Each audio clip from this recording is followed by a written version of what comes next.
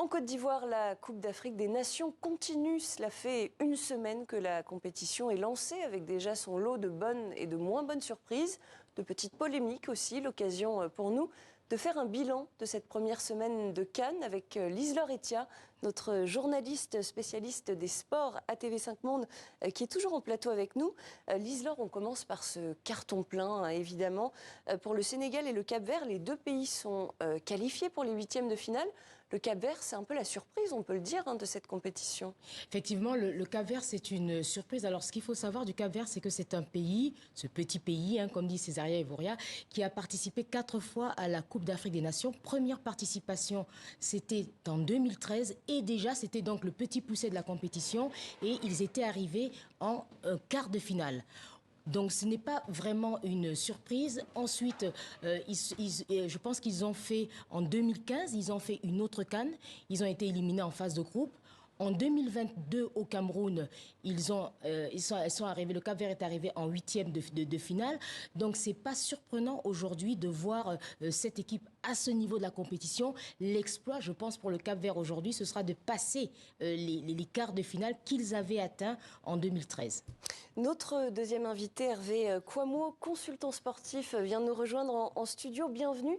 Vous êtes d'accord avec ce que Lise-Laure vient de nous dire? C'est un exploit surprenant, ce qu'a fait le Cap-Vert depuis le début de cette CAN? Un exploit, l'exploit c'est d'être premier, d'être assuré d'être premier. Mais effectivement, comme Lise-Laure disait, c'est une équipe qui a des résultats régulièrement depuis 10 ans, depuis 2013. Effectivement, ils ont raté quelques compétitions, mais chaque fois qu'ils arrivent, grosso modo, ils sortent des poules. Et la première fois qu'ils sont sortis des poules, c'était encore une formule à 16. Donc c'était quand même, c'était en Afrique du Sud en 2013, après avoir éliminé le Cameroun. Donc c'est une équipe qui travaille bien, avec des joueurs qui se connaissent, souvent formés au Portugal et un peu en Espagne, mais surtout au Portugal. Et donc, effectivement, il y a un vrai travail, une vraie entente, un vrai style de jeu. Donc, oui, c'est surprenant pour la première place, mais c'est logique. En tout cas, donc, ils ont battu, on le rappelle quand même pour nos téléspectateurs, le Mozambique hier 3-0. Il y a eu ce coup franc assez phénoménal de Bébé, ce joueur à 45 mètres. On va peut-être voir les images dans un instant.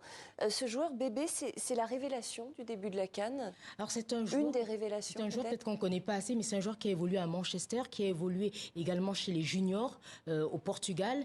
Mais je dirais, il fait partie de ces binationaux au Cap-Vert. Il faut savoir qu'au Cap-Vert, le championnat n'est pas très élevé, mais le championnat s'enrichit de ces joueurs d'origine capverdienne. Pourquoi? Parce que dans les années 70-80, il y a eu une forte émigration des Capverdiens vers l'Europe. Et ce sont les enfants ou les petits-enfants de ces Capverdiens-là, aujourd'hui, qui viennent renforcer la sélection capverdienne. Et Bébé, d'ailleurs, il a un parcours assez intéressant. Je crois qu'il est passé par la rue, il a été SDF. Oui, l'ambiance difficile, a été SDF. Et justement, c'est après ça qu'il a été découvert par Manchester United. Et que derrière sa carrière est partie, je crois qu'il a aussi joué chez les jeunes de Benfica. Et bon, là, maintenant, il a plus de 30 ans. Et c'est vrai que c'était un coup franc. Il fallait oser le frapper à ce moment-là. En tout cas, c'est probablement un talent prometteur qu'on va prendre beaucoup de plaisir à suivre. Dans ce groupe B, il y avait quand même l'Égypte et le Ghana. Vous êtes déçus des performances de l'Égypte et du Ghana? C'est une surprise? Le Ghana, je dirais que le Ghana, c'est dans la lignée de ses performances depuis, parce qu'il ne faut pas oublier que depuis leur finale 2015, ils ont plutôt des résultats qui ont tendance à diminuer. Il y a 2 ans, ils sont sortis au premier tour au Cameroun. Ils sont qualifiés pour la Coupe du Monde de façon très limite, et puis à la Coupe du Monde, ils n'ont rien montré. Donc on est vraiment dans une équipe qui a du mal à se régénérer, et durant les phases éliminatoires, c'est Mohamed Kudus qui a porté cette équipe, et on l'a bien vu sur les 2 matchs, c'est lui qui a fait la différence. L'Égypte, c'est autre chose. L'Égypte, c'est une équipe qui joue un peu plus haut qu'il y a 2 ans, un peu plus haut, qui nous a habitués à jouer, à avoir un bloc plutôt bas, à être très fort défensivement et gagner des matchs sur la plus petite des marges. Mais là, cette année, ils prennent plus de risques, ils encaissent, mais je trouve qu'ils montrent quand même, ils font quand même preuve d'une grande détermination mentale, parce que chaque fois, ils sont revenus au score dans les dernières minutes. Donc, c'est la preuve quand même qu'ils ne lâchent rien, et que s'ils arrivent à se qualifier, il faudra encore compter sur eux. Et en plus, sans Mohamed Salah, Oui, pour le sans deuxième match, il faut dire que c'était pas facile. Donc, moi, je suis très admirative de cette équipe égyptienne parce que je trouve effectivement qu'elle a une force mentale face au Mozambique. Hein, c'était quand même un peu désorientant de revenir au score et elle profite de toutes les erreurs. On a vu 2 erreurs individuelles du Ghana et ça y est, ils sont arrivés à égaliser. Donc, sans Mohamed Salah, je trouve que c'est vraiment, on voit là vraiment que c'est une équipe qui a comment on appelle ça, qui a de l'expérience et qui s'en sort dans des situations difficiles. Oui, c'est ça. Là, il va quand même, pardon, je vous coupe, mais il va quand même y avoir 2 matchs à venir qu'il va falloir jouer sans Mohamed Salah. Ça va peser quand même sur l'équipe. Oui, ils ont d'autres atouts sur lesquels c'est sûr que ça va peser, mais ils ont d'autres atouts. Le premier des atouts, c'est que c'est une équipe qui est sur la base du Halali, qui est une équipe qui a l'habitude de gagner des Ligues des Champions en Afrique et de disputer des championnats du monde de clubs. Donc, ça signifie qu'ils ont l'habitude du haut niveau. Effectivement, Mohamed Salah arrive en règle générale, comme je disais, c'est la cerise sur le gâteau. Il déclenche l'étincelle, il apporte des statistiques, mais de façon générale, ils ont une équipe quand même qui est plutôt homogène, cette année, ils ont pris beaucoup de buts par rapport à d'habitude, mais on voit bien qu'habituellement, ils sont bien, ils ont un bon gardien, une défense plutôt solide, et comme Lise leur disait, la moindre erreur adverse, ils en profitent. Donc là, je pense qu'ils peuvent se qualifier, ils peuvent attendre les quarts de finale où Mohamed Salah reviendra pour apporter sa magie, cet instinct, cette capacité à créer des occasions et à marquer des buts. Et puis juste pour rappeler que l'Égypte va quand même jouer face au Cap-Vert qui est déjà qualifié. Donc ce sera peut-être un peu plus facile. Alors l'autre équipe qui a évidemment son ticket pour les 8e de finale, c'est le Sénégal, les champions en titre, qui on peut le dire répondent parfaitement présents depuis le début de cette CAN. Oui, parfaitement, ils sont présents depuis le début de cette CAN. Ils ont montré tout de suite qu'ils voulaient aller loin. Dans les déclarations, ils le disent, ils sont venus pour disputer 7 matchs et ils font tout pour le faire.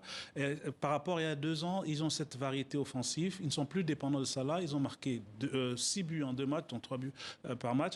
Et puis il y a justement cette capacité à jouer, à marquer vite et finalement à ne pas se fatiguer parce qu'ils gèrent leur rencontre.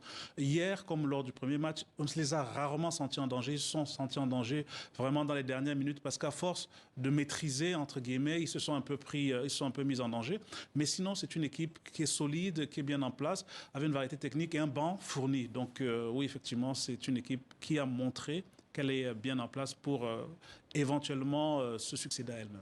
Bien en place, il y a une sorte de montée en puissance quand même de ces Lions de la Teranga depuis que Aliou Cissé est entraîneur de l'équipe. Mais je pense qu'il y a Aliou Cissé qui est en poste depuis un bon bout de temps, contrairement à des entraîneurs africains une dizaine d'années.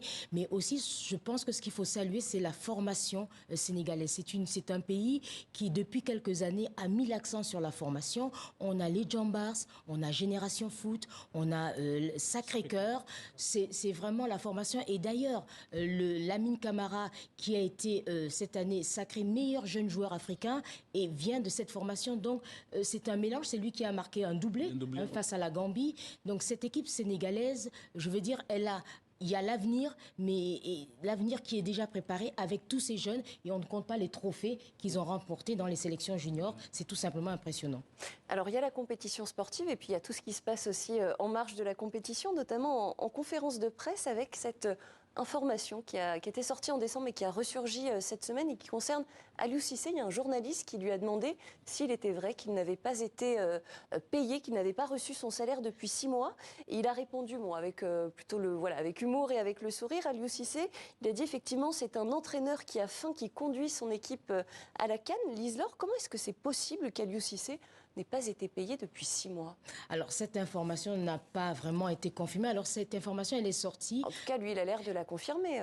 Il a l'air de la confirmer. Je pense que c'était plutôt sur le ton ironique en disant oui, je suis un entraîneur affamé, oui, j'entraîne dans ces conditions, ce qui est pas vrai. D'ailleurs, l'information est sortie par un journal, DS Sport, il y a quelques semaines, je pense de notre confrère, Bakary Cissé.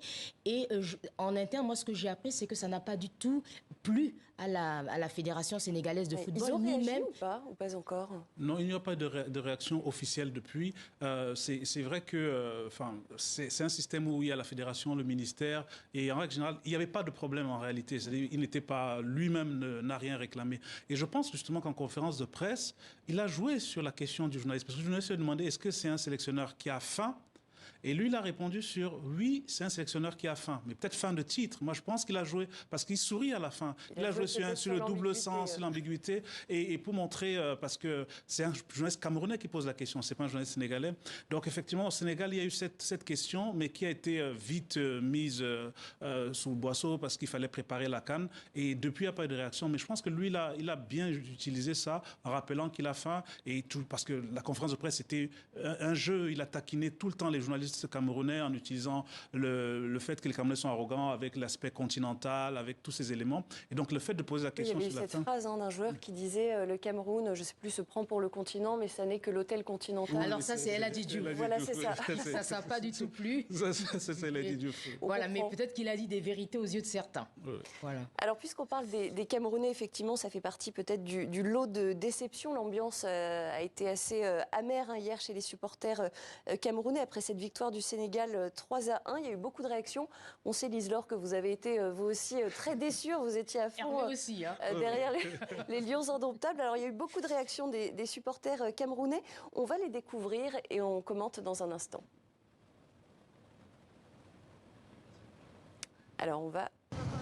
Oui, comme à chaque rencontre des Lions indomptables, les supporters camerounais s'étaient regroupés en masse pour suivre cette rencontre dans les bars, les snacks et autres lieux publics. Une rencontre qui opposait leur équipe aux Lions de la Teranga. Rencontre remportée, vous l'avez dit, par les Sénégalais sur le score de 3-1. Les Sénégalais qui, il faut bien le dire, ont largement dominé cette rencontre. Ils ont même mené 2-0 avant qu'un mince espoir ne renaisse chez les supporters camerounais avec cette réduction du score de Castelletto vers la fin du temps réglementaire, mais des espoirs très vite touchés par le troisième but signé Sadio Mané. C'est donc une immense déception ici au Cameroun, et de nombreux supporters camerounais attribuent cette défaite des Lions indomptables au sélectionneur national Rigobert Song, dont beaucoup demandent d'ailleurs le départ.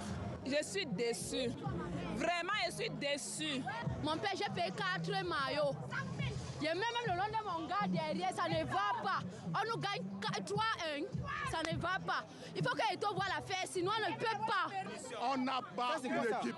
Rigobert Song, vraiment, s'il aime les Camerounais, s'il aime vraiment les Camerounais, pardon Rigo, ne reviens plus.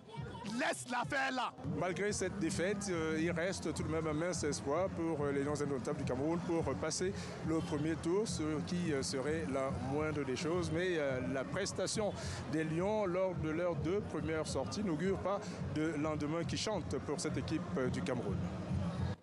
Voilà, beaucoup de déception, en tout cas de la part des supporters camerounais. On les comprend. Comment est-ce qu'on peut expliquer quand même cette contre-performance de l'équipe camerounaise?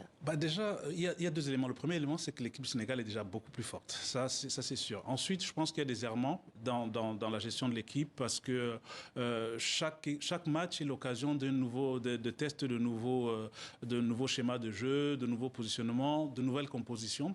Et puis, il y a aussi cette affaire Onana, le gardien de l'équipe nationale, qui n'a pas joué le premier match, qui n'a joué que le deuxième, et qui a un profil de jeu qui est totalement différent de ses remplaçants.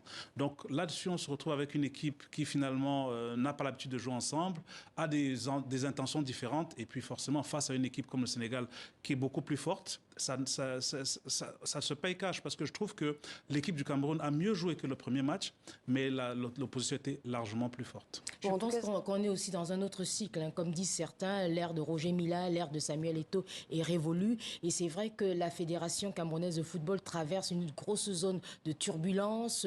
Et je pense que ça affecte quand même la gestion de cette équipe qui, même si elle a mieux joué, aujourd'hui n'est pas au niveau des attentes des Camerounais qui sont des passionnés de football. En tout cas, c'est pas complètement fini dans la compétition pour les Camerounais. Alors, on attend le dernier match effectivement face à la Gambie. C'est vrai que la victoire hier de la Guinée n'arrange pas les Camerounais parce que la Guinée est passée 2e. Donc il faudra battre, je pense, dans leur large score, la Gambie peut-être. Non, mais en fait, avec une victoire avec 4 points, a priori, le Cameroun pourra être au moins parmi les meilleurs 3e. Dans tous les cas, il faut battre la Gambie pour avoir une chance de se qualifier qualifier. Sans victoire, c'est définitif et c'est mort. Mais c'est vrai que l'un des problèmes, c'est que 1984, il y a 40 ans, c'est en Côte d'Ivoire que le Cameroun commence à avoir ses premiers titres internationaux avec l'équipe nationale. Avant, c'était les clubs qui gagnaient. Et donc, à force de ressasser ça, à force de ressasser leurs 5 étoiles, finalement, on met une pression sur ces jeunes joueurs qui n'ont rien demandé et qui se retrouvent, alors qu'ils n'ont pas le niveau attendu de leur prédécesseur, le niveau de leur prédécesseur, on leur met une pression comme si, parce qu'ils s'appelaient le Cameroun, ils devaient gagner. Il y a un dernier point sur lequel je voudrais vous entendre, avoir votre avis, votre analyse, c'est cette surprise, la Namibie qui a battu la Tunisie.